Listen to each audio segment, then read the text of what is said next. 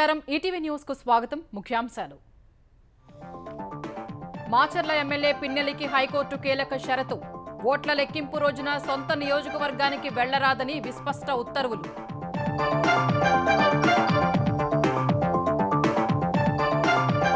ఐఏఎస్ల confederation కు AP సర్కారు యత్నాలపై యూపీఎస్సీకి చంద్రబాబు లేఖ కొత్త ప్రభుత్వం వచ్చే వరకు వాయిదా వేయాలని వినతి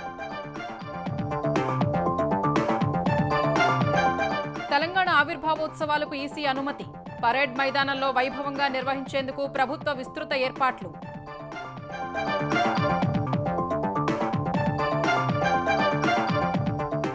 కాంగ్రెస్ పాలనలో మార్పంటే హత్య రాజకీయాలేనన్న కేటీఆర్ తప్పుడు ఆరోపణలు చేస్తున్నారని మంత్రి జూపల్లి ఎదురుదాడి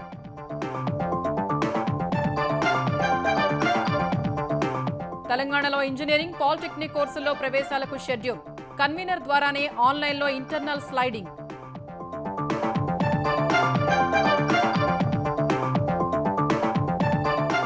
వేసవి సెలవుల ముగింపు వేళ తిరుమలలో మరింత పెరిగిన రద్దీ జూన్ 30 వరకు వీఐపీ బ్రేక్ దర్శనాల్ని రద్దు చేసిన టీటీడీ సార్వత్రిక ఎన్నికల్లో రేపే 6వ విడత పోలింగ్ 58 స్థానాల్లో పోటీ పడుతున్న 889 మంది అభ్యర్థులు విస్తృత ఏర్పాట్లు చేసిన ఈసీ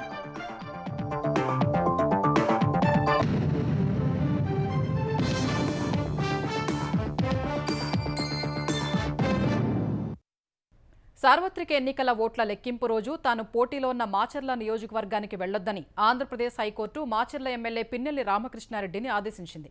ఈవీఎంను పగలగొట్టిన కేసులో ప్రధాన నిందితుడైన పిన్నెల్లికి జూన్ 6 వరకు అరెస్టు నుంచి మినహాయింపు ఇచ్చిన కోర్టు మాచర్ల వెళ్లొద్దని స్పష్టం చేసింది.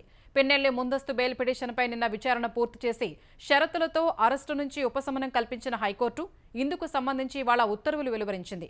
ఈ ఉత్తర్వుల్లో అసెంబ్లీ లోక్సభ ఓట్ల లెక్కింపు జరిగే జూన్ 4న మాచర్ల వెళ్లవద్దని హైకోర్టు పిన్నెల్లికి స్పష్టమైన ఆదేశాలిచ్చింది. మాచర్ల శాసనసభ నియోజకవర్గం ఉండే నరసరావుపేట లోక్సభ నియోజకవర్గ కేంద్రంలోని ఓట్ల లెక్కింపు కేంద్రానికి వెళ్లవచ్చని పిన్నెల్లికి హైకోర్టు స్పష్టం చేసింది. ఓట్ల లెక్కింపు జరిగే జూన్ 4న అల్లర్లు చెలరేగే అవకాశం ఉన్నందున పిన్నెల్లిని ఓట్ల లెక్కింపు కేంద్రానికి దూరంగా ఉండేలా ఉత్తర్వులు ఇవ్వాలన్న పోలీసుల విజ్ఞప్తిపై హైకోర్టు ఈ మేరకు ఉత్తర్వులిచ్చింది. ఇదే సమయంలో నలుగురికి మించి ఎవరితో తిరగడానికి వీల్లేదని తెలిపింది. సాక్షులను బెదిరించకూడదని దర్యాప్తులో జోక్యం చేసుకోవడానికి వీల్లేదని స్పష్టం చేసింది. ఎన్నికల నిబంధనలకు విరుద్ధంగా జరుగుతున్న సివిల్ సర్వెంట్ల కన్ఫెడరేషన్ ప్రక్రియను వాయిదా వేయాలని తెలుగుదేశం అధినేత చంద్రబాబు యూపీఎస్సీకి లేఖ రాశారు. ఐఏఎస్కు రాష్ట్ర క్యాడర్ ఆఫీసర్ల ఎంపిక కార్యక్రమాన్ని ఎన్నికల నియమావళి అమల్లో ఉండగా చేపట్టడం సముచితం కాదని ఆయన హితవు పలికారు.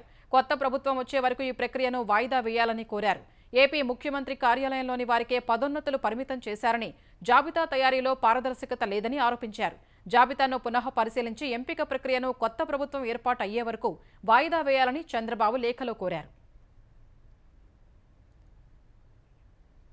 ఆంధ్రప్రదేశ్లోని పలు జిల్లాల్లో తాగునీటి కోసం ప్రజలు తీవ్ర ఇబ్బందులు పడుతున్నారు. కాకినాడలోని 1వ వార్డు నుంచి 13వ వార్డు వరకు ప్రజలు నీటి సమస్యతో అల్లాడుతున్నారు. తాగునీటి పైపు లీక్ అవ్వడంతో మరమ్మతులు చేసేందుకు కుళాయిల ద్వారా నీటి సరఫరాను నిలిపివేశారు. కొన్ని రోజులు ట్యాంకర్ల ద్వారా నీటి సరఫరా చేస్తామని చెప్పిన నగరపాలక సంస్థ అధికారులు దుమ్మలపేటలో ఒకే ఒక్క ట్యాంకర్ పంపగా కాలనీల్లోని మహిళలంతా ఒకేసారి ఎగబడ్డారు. నీటి కోసం బిందెలు తీసుకుని వచ్చి ఒకరినొకరు తోసుకుంటూ రాగా తోపులాట జరిగింది. అనంతపురం జిల్లా ఉరవకొండలో 3 రోజులకోసారి వచ్చే కుళాయిలు ఇప్పుడు నెల రోజులకోసారి రావటం గగనమైపోయిందని స్థానికులు చెప్పారు. గుక్కెడు నీటి కోసం తీవ్ర అవస్థలు పడుతున్నామని ఆవేదన వ్యక్తం చేశారు.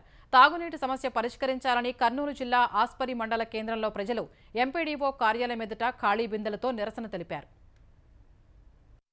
4 రోజులు పెట్టి రావట్లేదు, నీళ్ళు గడ బాగా రావట్లేదు, పచ్చగొత్తరాయి తాగితే జ్వరాలు గట్ట వచ్చేస్తున్నాయి పిల్లలకి, మంచి పెద్దోళ్ళు గడన కులాలు రావమ్మా, నీళ్ళు పెట్టుకోండి, ముందు కరెంట్లు లేవు, రావట్లేదండి. 4 రోజులు పెట్టి ఏదో పైపు నైన్ పోయింది బాగా చేస్తున్నారు అన్నారు. హౌస్లో నీళ్ళు ఏం తాగాలండి, జ్వరలు రొంపులు వచ్చేస్తున్నాయి, దగ్గులు రొంపులన్నీ. ఇంకేం బతుకుతాయండి, ఇంకా బతుకున్నందుకు ఓపిక లేదు, మాకు కష్టపడుకో బతుకోవాలి. మాకు 20 రోజులకు ఒకసారి ఇస్తామన్నారన్న, ఇప్పుడు నెల వరకు అంటున్నారు. మేము బోర్లు లేవు, మాకు తాగే నీళ్ళు చాలా ఇబ్బంది అయిపోయింది. మేము ఎక్కడికి వెళ్ళాలి? ప్రభుత్వం అయితే పట్టించుకోదు, పంచాయతీ బోర్డులు రిపేర్ చేయరు, మరి మేము ఎక్కడికి వెళ్ళాలా నీళ్ళు? ఆరోగ్యశ్రీ ద్వారా పేదలందరికీ వైద్యం అందుబాటులో ఉందని ఆంధ్రప్రదేశ్ ఆరోగ్యశ్రీ ట్రస్ట్ సీఈఓ స్పష్టం చేశారు. ఏపీ సహా పొరుగు రాష్ట్రాల్లోని నెట్వర్క్ ఆసుపత్రుల్లో కూడా ఆరోగ్యశ్రీ కింద వైద్యం చేయించుకోవచ్చని ఆయన ఒక ప్రకటన విడుదల చేశారు. సేవలకు అంతరాయం కలిగించొద్దన్న పిలుపునకు ఆసుపత్రుల యాజమాన్యాలు సానుకూలంగా స్పందిస్తున్నాయని ప్రకటనలో పేర్కొన్నారు. గడిచిన 2 రోజులుగా ఆరోగ్యశ్రీ కింద 13,836 మంది చికిత్స పొందారని వెల్లడించారు. 2023-24 ఆర్థిక సంవత్సరానికి 3,566 కోట్ల రూపాయలు నెట్వర్క్ ఆసుపత్రుల ఖాతాలో జమయ్యాయని తెలిపారు. 2024-25 ఆర్థిక సంవత్సరం మొదటి 2 నెలల్లోనే 366 కోట్ల రూపాయలు నెట్వర్క్ ఆసుపత్రుల్లో జమయ్యాయని వివరించారు. తెలంగాణ రాష్ట్ర అవతరణ వేడుకలు నిర్వహించేందుకు రాష్ట్ర ప్రభుత్వానికి కేంద్ర ఎన్నికల కమిషన్ అనుమతినిచ్చింది. జూన్ 2న సికింద్రాబాద్ పరేడ్ మైదానంలో రాష్ట్ర ఆవిర్భావ వేడుకలు నిర్వహించాలని ప్రభుత్వం నిర్ణయించింది. గన్ పార్క్లోని అమరవీరుల స్తూపం వద్ద సీఎం నివాళి అర్పించి పరేడ్ గ్రౌండ్స్ వెళ్లనున్నారు. అవతరణ ఉత్సవాలకు సోనియా గాంధీని, ఉద్యమకారుల్ని ఆహ్వానించి సన్మానించాలని ఇటీవల కేబినెట్ తీర్మానం చేసింది. జయ జయ హే తెలంగాణ గీతంతో పాటు సవరించిన రాష్ట్ర చిహ్నం తెలంగాణ తల్లి రూపాన్ని కూడా అదే రోజున ఆవిష్కరించే అవకాశం ఉంది. జూన్ 4 వరకు ఎన్నికల కోడ్ అమల్లో ఉంటుంది కాబట్టి వేడుకల నిర్వహణకు అనుమతి ఇవ్వాలని ప్రభుత్వం ఈసీని కోరింది. కేంద్ర ఎన్నికల కమిషన్ అనుమతి ఇవ్వడంతో రాష్ట్ర అవతరణ వేడుకల నిర్వహణపై వివిధ శాఖల అధికారులతో ప్రభుత్వ ప్రధాన కార్యదర్శి శాంతికుమారి సమీక్ష నిర్వహించారు. పరేడ్ గ్రౌండ్స్ వద్ద రోడ్డుకు 2 వైపులా రంగురంగుల జెండాలతో అలంకరించాలని సీఎస్ జీహెచ్ఎంసీని ఆదేశించారు. సభా ప్రాంగణం పరిసరాల్లో పారిశుద్ధ్య నిర్వహణ, తాగునీటి వసతి, భద్రత, పార్కింగ్, షామియానాలు, బారికేడింగ్, ఆటంకం లేకుండా విద్యుత్ సరఫరాకు ఏర్పాట్లు చేయాలని ఆదేశించారు. పండుగ వాతావరణాన్ని తలపించేలా కళాకారులతో ప్రదర్శనలు ఏర్పాటు చేయాలని సాంస్కృతిక శాఖకు సూచించారు.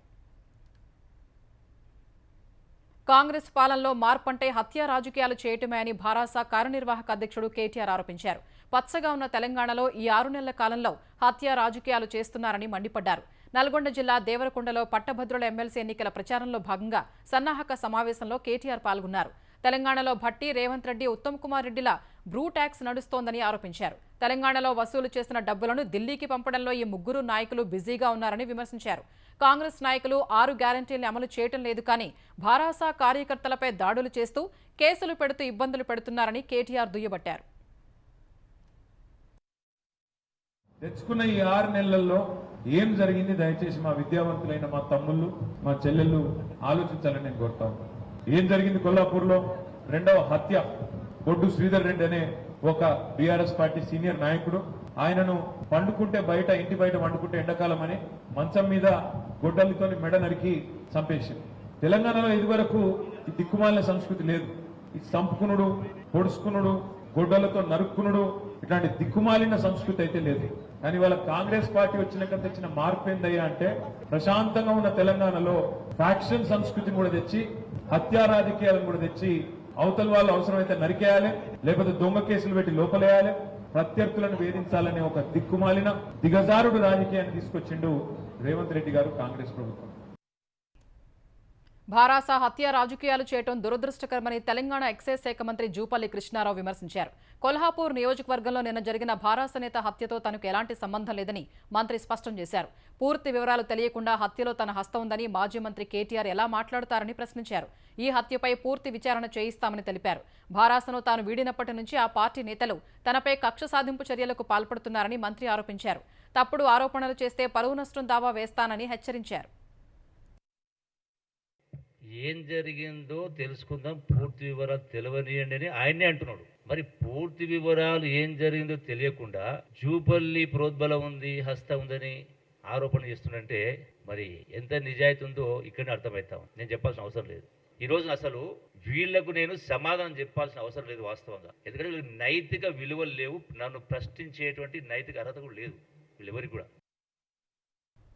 భారాస ప్రభుత్వం ప్రతిష్టాత్మకంగా మొదలుపెట్టిన టిమ్స్ ఆసుపత్రుల నిర్మాణాలపై మంత్రి కోమటిరెడ్డి వెంకటరెడ్డి విషం చిమ్మటం బాధాకరమని మాజీ మంత్రి హరీష్ రావు అన్నారు.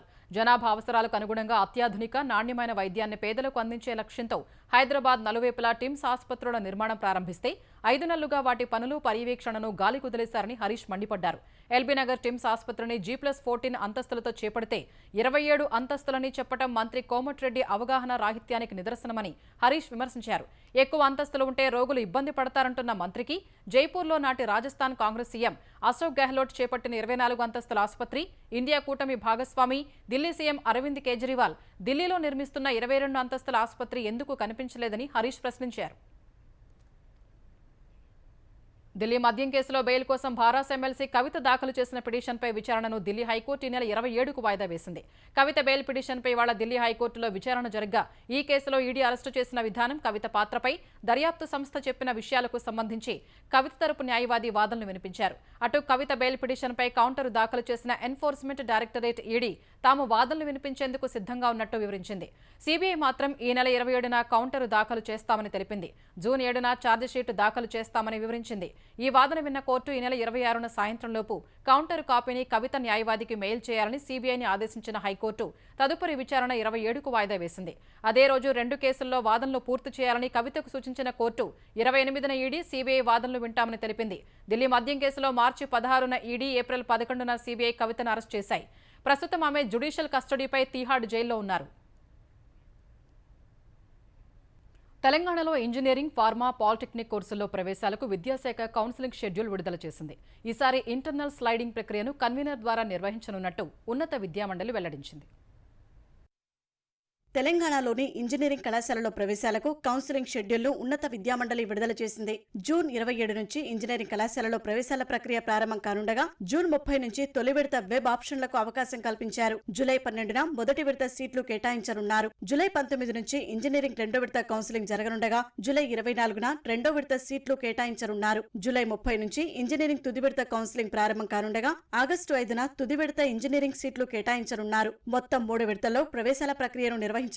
ఇదే షెడ్యూల్ ప్రకారం ఎంపీసీ విద్యార్థులు చేరే బి ఫార్మసీ కోర్సుల్లోకి ప్రవేశాల ప్రక్రియ నిర్వహించనున్నారు. విద్యార్థులు తమకు అడ్మిషన్ దొరికిన కళాశాలలోనే కోర్సులు మార్చుకునేందుకు ఉద్దేశించిన ఇంటర్నల్ స్లైడింగ్ ను ఈసారి కన్వీనర్ ద్వారా చేపట్టనున్నట్టు తెలిపింది. ఆగస్టు 12 నుంచి ఇంటర్నల్ స్లైడింగ్ ప్రక్రియ ప్రారంభం కానుండగా ఆగస్టు 16న ఇంటర్నల్ స్లైడింగ్ సీట్లు కేటాయించనున్నారు. ఆగస్టు 17న స్పాట్ అడ్మిషన్లకు మార్గదర్శకాలు విడుదల చేయనున్నారు. అదేవిధంగా పాలిటెక్నిక్ చదివిన విద్యార్థులు చేరే 3 ఏళ్ల ఇంజనీరింగ్ కోర్సుల ప్రవేశాలకు కౌన్సిలింగ్ జూన్ 8న ప్రారంభం కానుంది.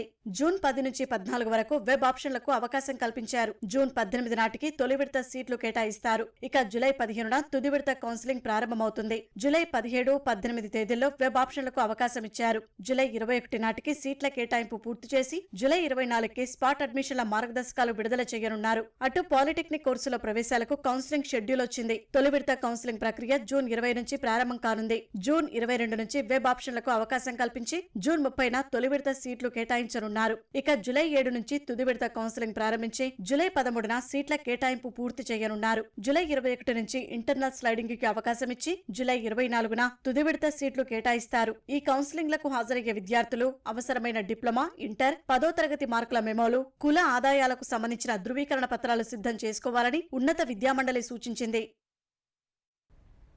పదే పదే ఫేక్ న్యూస్ సర్క్యులేట్ చేస్తున్న ముఖ్యమంత్రి రేవంత్ రెడ్డిని ఎందుకు జైల్లో పెట్టడం లేదని భారాస కార్యనిర్వాహక అధ్యక్షుడు కేటీఆర్ ప్రశ్నించారు. సామాజిక మాధ్యమం ఎక్స్లో ఈ మేరకు పోస్ట్ పెట్టిన కేటీఆర్ తన బంధువుకు 10,000 కోట్ల కోవిడ్ ఔషధాల కాంట్రాక్ట్ వచ్చినట్టు రేవంత్ రెడ్డి చేసిన ఆరోపణలు కొట్టిపారేశారు.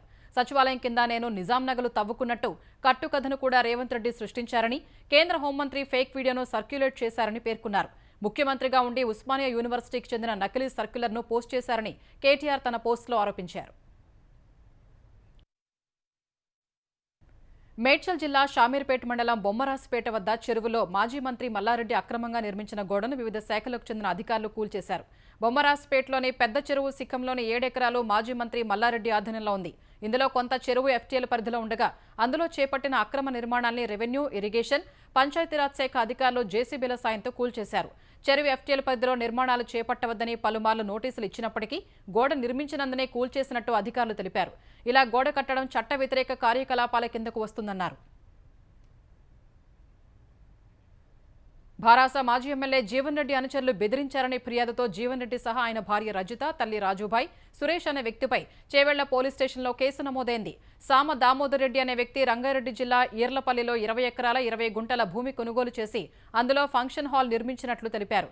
2023లో జీవన్ రెడ్డి, అతని అనుచరులు ఫంక్షన్ హాల్ కూల్చివేసి వేరే భవనం నిర్మించారని పేర్కొన్నారు. బీహార్, పంజాబ్కు చెందిన గ్యాంగ్ను వాచ్మెన్లుగా పెట్టుకున్నారని తెలిపారు. 2 రోజుల క్రితం తమకు చెందిన భూమిలోకి వెళ్లగా మారణాయుధాలతో బెదిరించారని దామోదర్ రెడ్డి ఫిర్యాదు చేశారు. ఈ ఫిర్యాదుతో జీవన్ రెడ్డి, అతని భార్య రజిత, తల్లి రాజుభాయ్, సురేష్లపై చేవెళ్ల పోలీసులు కేసు నమోదు చేశారు. డేటా ఎంట్రీ ఆపరేటర్ ఉద్యోగాల పేరుతో చైనా ఏజెంట్ల వలలో చిక్కి కాంబోడియా వెళ్లిన మానవ అక్రమ రవాణా బాధితులు విశాఖ చేరుకున్నారు. వారికి విశాఖ పోలీస్ కమిషనర్ రవిశంకర్ అయ్యన్నార్ విమానాశ్రయంలో స్వాగతం పలికారు. వారందరికీ చైనా ఏజెంట్లు సైబర్ నేరాలు ఏ విధంగా చేయాలో శిక్షణ ఇచ్చారని కమిషనర్ తెలిపారు. వివిధ రకాల స్కామ్స్ చేయించి విశాఖ నుంచి దాదాపు 120 కోట్ల రూపాయలు కొల్లగొట్టారని వెల్లడించారు. డేటా ఎంట్రీ ఆపరేటర్ ఉద్యోగాల పేరుతో బాధితుల్ని కాంబోడియా తీసుకెళ్లారన్న ఆయన ఒక్కొక్కరి నుంచి 1.5 లక్షలు తీసుకున్నట్టు చెప్పారు. కాంబోడియాలో ఉన్న నిందితులు బాధితుల్ని చైనా వారికి అప్పగించి భారత్లో సైబర్ నేరాలకు పాల్పడేలా చేశారని వివరించారు. భారతీయుల్ని మోసం చేస్తేనే భోజనం పెట్టేవారని చెప్పారు. ఆంధ్రప్రదేశ్ నుంచి 150 మందికి పైగా బాధితులు ఉన్నారని కమిషనర్ పేర్కొన్నారు. మొదటి దశలో వివిధ విమానాల ద్వారా 58 మంది బాధితులు వచ్చినట్టు తెలిపారు. ప్రజారోగ్య రంగంలో విశిష్ట సేవలందిస్తున్న Bharat Biotech co founder Krishna ఎల్లాను జాన్స్ హోప్కిన్సన్ బ్లూంబర్గ్ స్కూల్ అత్యున్నత పురస్కారం డీన్స్ మెడల్ వరించింది. కృష్ణ ఎల్లా విశిష్ట సేవల్ని గుర్తించి అవార్డు అందజేసినట్లు Johns Hopkins Bloomberg school of public health ప్రకటించింది. బ్లూంబర్గ్ స్కూల్ స్నాతకోత్సవం సందర్భంగా డీన్ ఎల్ఎన్ జే మెకంజీ ఈ అవార్డును కృష్ణ ఎల్లాకు అందజేశారు. ప్రజారోగ్య పరిరక్షణలో Bharat Biotech executive chairman Krishna ఎల్లా పాత్ర అనిర్వచనీయమని మెకంజీ కొనియాడారు. కోవిడ్ సమయంలో కోవాక్సిన్తో చేసిన సేవల్ని ప్రశంసించారు. వేసవి సెలవులు ముగింపు దశకు వస్తున్న వేళ తిరుమల కొండ భక్తులతో కిటకిటలాడుతోంది. శ్రీవారిని దర్శించుకునేందుకు భక్తులు పోటెత్తుతున్నారు. ఎస్ఎస్డీ టోకెన్లు లేకుండా సర్వదర్శనం చేసుకునేందుకు భక్తులు నిరీక్షిస్తున్నారు. శ్రీవారి దర్శనానికి వచ్చిన భక్తులతో వైకుంఠం క్యూ కాంప్లెక్స్లో నారాయణగిరి ఉద్యానవనాల్లో నిర్మించిన షెడ్లు నిండిపోవడంతో బాహ్యవలయ రహదారిపై కిలోమీటర్ల మేర బారులు తీరారు. క్యూలైన్లలోకి ప్రవేశించే పురుషులతో పాటు మహిళలు, వృద్ధులు, వికలాంగులు సుదీర్ఘ సమయం శ్రీవారి దర్శనం కోసం వేచి ఉండక తప్పడం లేదు. స్వామి దర్శనం కోసం దాదాపు 24 గంటలకు పైగా సమయం పడుతోంది. భక్తుల రద్దీ అధికమవుతున్న నేపథ్యంలో జూన్ 30 వరకు వీఐపీ బ్రేక్ దర్శనాన్ని రద్దు చేస్తున్నట్టు టీటీడీ ప్రకటించింది. సార్వత్రిక ఎన్నికల్లో 6వ విడత ఎన్నికలు జరిగే నియోజకవర్గాల్లో రేపు పోలింగ్ జరగనుంది. 6 రాష్ట్రాలు 2 కేంద్రపాలిత ప్రాంతాల్లోని 58 స్థానాలకు రేపు జరిగే పోలింగ్ కోసం కేంద్ర ఎన్నికల సంఘం అన్ని ఏర్పాట్లు చేసింది. ఈ స్థానాల్లో పోటీ చేస్తున్న 889 మంది అభ్యర్థుల భవితవ్యాన్ని 11.13 కోట్ల మంది ఓటర్లు ఈవీఎంలలో నిక్షిప్తం చేయనున్నారు. ఇందుకోసం 1.14 లక్షల పోలింగ్ కేంద్రాలను ఏర్పాటు చేసింది. ఈ విడత పోలింగ్ జరిగే నియోజకవర్గాల్లో హర్యానాలోని 10, దేశ రాజధాని ఢిల్లీలోని 7 సీట్లు ఉన్నాయి. ఉత్తరప్రదేశ్లో 14, బీహార్లో 8, జమ్మూ కాశ్మీర్లోని అనంతనాగ్, రాజౌరి లోక్సభ స్థానాలు ఉన్నాయి. ఒడిశాలో 6 లోక్సభ స్థానాలు, 42 శాసనసభ నియోజకవర్గాలకు ఈ విడతలోని పోలింగ్ నిర్వహించనున్నారు. మొదటి 5 విడతల్లో 428 లోక్సభ స్థానాలకు పోలింగ్ జరిగింది. చివరి విడత జూన్ 1న జరగనుండగా జూన్ 4న ఓట్ల లెక్కింపు చేపడతారు. సార్వత్రిక ఎన్నికల్లో పోలింగ్ కేంద్రాల వారీగా ఓటింగ్ శాతాన్ని వెబ్సైట్లో పెట్టేలా ఈసీని ఆదేశించాలనే అభ్యర్థనను సుప్రీంకోర్టు తోసిపుచ్చింది. ఆ చర్య అధిక శ్రమతో కూడుకున్నదని జస్టిస్ దీపాంకర్ దత్తా, జస్టిస్ సతీష్ చంద్ర శర్మలతో కూడిన ధర్మాసనం పేర్కొంది.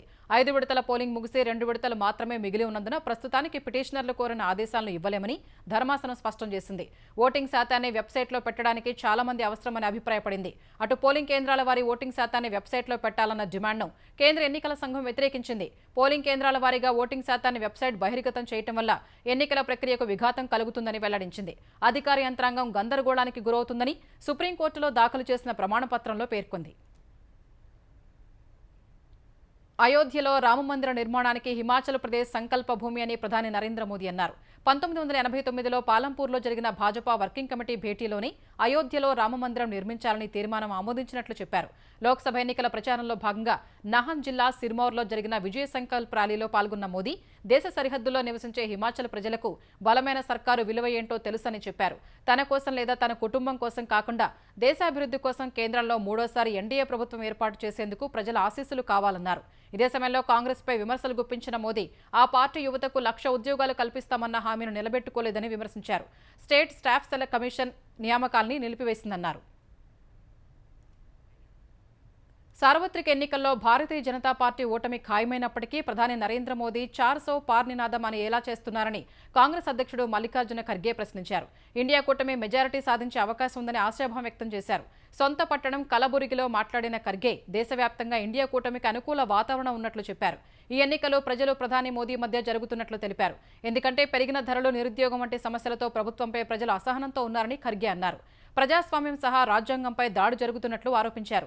స్వయం ప్రతిపత్తి కలిగిన సంస్థల్ని ఎన్డీఏ సర్కారు దుర్వినియోగం చేస్తోందన్నారు.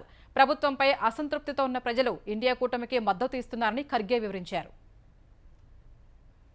ఉత్తరాఖండ్లోని ప్రముఖ పుణ్యక్షేత్రం కేదార్నాథ్లో ఓ హెలికాప్టర్కు త్రుటిలో ప్రమాదం తప్పింది. సాంకేతిక సమస్య కారణంగా కేదార్నాథ్ హెలీప్యాడ్కు 100 మీటర్ల దూరంలో హెలికాప్టర్ను దింపాల్సి వచ్చింది. ఈ ఘటనలో హెలికాప్టర్లోని 6 ప్రయాణికులు, పైలట్ సురక్షితంగా బయటపడ్డారు. ఘటన సమయంలో హెలికాప్టర్ వెనక భాగం నియంత్రణ కోల్పోగా పైలట్ చాకచక్యంగా వ్యవహరించినందునే ప్రమాదం తప్పినట్టు తెలుస్తోంది. ఈ ఉదయం సిర్సి హెలీప్యాడ్ నుంచి కేదార్నాథ్కు హెలికాప్టర్ వస్తుండగా సాంకేతిక సమస్య తలెత్తిందని అధికారులు తెలిపారు. దేశంలో విదేశీ మారక నిల్వలు రికార్డు స్థాయికి చేరుకున్నట్లు భారత రిజర్వ్ బ్యాంక్ ప్రకటించింది. మే 17న ముగిసిన వారానికి భారత్ వద్ద ఉన్న విదేశీ మారక నిల్వలు $4.549 బిలియన్ పెరిగి $648.7 బిలియన్ చేరుకున్నట్లు తెలిపింది. విదేశీ కరెన్సీ ఆస్తులు $3.36 బిలియన్, బంగారు నిల్వలు $1.24 బిలియన్ పెరిగినట్లు రిజర్వ్ బ్యాంక్ ఆఫ్ ఇండియా తెలిపింది. అయితే IMF వద్ద ఉన్న దేశ నిల్వలు మాత్రం $168 మిలియన్ తగ్గి $4.32 బిలియన్ చేరినట్లు RBI గణాంకాలు తెలిపాయి. జీవితకాల గరిష్ట స్థాయిల వద్ద FMCG, IT, హెల్త్ కేర్ రంగాలకు చెందిన వాటాల్లో లాభాల స్వీకరణకు మొగ్గుచూపగా దేశీయ స్టాక్ మార్కెట్లు ఇవాళ స్వల్ప నష్టాలతో ముగిశాయి. క్రితం సెషన్లో 1197 పాయింట్లు ఎగబాకిన సెన్సెక్స్ ఇవాళ 8 పాయింట్లు తగ్గింది. ఈ ఉదయం క్రితం ముగింపునకు 83 పాయింట్ల దిగువన 75,335 పాయింట్ల వద్ద ప్రారంభమైన సూచి మొదట్లో హెచ్చుతగ్గులకు గురైంది. ఒక దశలో 75,244 పాయింట్ల కనిష్ట స్థాయికి పడిపోయిన సూచి తర్వాత కొనుగోళ్లు ఊపందుకుని లాభాల్లోకి దూసుకెళ్లింది. ఈ క్రమంలో 75,636 పాయింట్ల జీవితకాల గరిష్ట స్థాయిని తాకింది. ఈ దశలో FMCG, IT, హెల్త్ కేర్ రంగాలకు చెందిన మదుపర్లు లాభాల స్వీకరణకు మొగ్గుచూపుగా సూచి స్వల్పంగా తగ్గి 75,410 పాయింట్ల వద్ద ముగిసింది. జాతీయ స్టాక్ ఎక్స్చేంజ్ సూచి నిఫ్టీ తొలిసారి 23,000 బెంచ్ మార్కును అధిగమించి 23,026 పాయింట్ల జీవితకాల గరిష్ట స్థాయిని అందుకుంది. చివర్లో 10 పాయింట్లు తగ్గి 22,957 పాయింట్ల వద్ద స్థిరపడింది. భవిష్యత్తులో ఉద్యోగం చేయటం ఐచ్ఛికమే అవుతుందని టెస్లా అధినేత ఎలన్ మస్క్ జోస్యం చెప్పారు. కృత్రిమ మేధ క్రమంగా మనుషుల ఉద్యోగాల్ని ఊడగొడుతోందని వ్యాఖ్యానించారు. ప్యారిస్లో జరిగిన ఓ కార్యక్రమానికి వీడియో కాన్ఫరెన్స్ ద్వారా హాజరైన మస్క్ బహుశా మనలో ఎవరికీ భవిష్యత్తులో ఉద్యోగాలు ఉండవని చెప్పారు. ఉద్యోగం అవసరం కోసం కాకుండా కేవలం అభిరుచి కోసమే చేసే రోజులు వస్తాయని పేర్కొన్నారు. కొన్నేళ్లలోనే కృత్రిమ మేధ సామర్థ్యాలు అతివేగంగా అభివృద్ధి చెందాయని, రెగ్యులేటర్లు, కంపెనీలు, వినియోగదారులు ఆ సాంకేతికతను ఎలా బాధ్యతాయుతంగా ఉపయోగించుకోవాలో ఇంకా తెలుసుకునే దశలోనే ఉన్నారని మస్క్ తెలిపారు. ఇయాన్ బ్యాంక్స్ రాసిన కల్చర్ బుక్ సిరీస్లో మాదిరిగా భవిష్యత్తు సాంకేతికత వాస్తవికమైందని వివరించారు. వేగంగా అభివృద్ధి చెందుతున్న సాంకేతికతే తన అతిపెద్ద భయమని తెలిపారు. ఉద్యోగాలు లేని ప్రజలు మానసికంగా సంతృప్తి చెందుతారా? కంప్యూటర్లు మనుషుల కంటే మెరుగ్గా పనిచేస్తే జీవితాలకు అర్థం ఉంటుందా అని మస్క్ ప్రశ్నించారు. AI ద్వారా ప్రోగ్రామింగ్ అవుతున్న సామాజిక మాధ్యమాల్ని పరిమితంగా మాత్రమే వినియోగించే విధంగా పిల్లల్ని నియంత్రించాలని మస్క్ సూచించారు.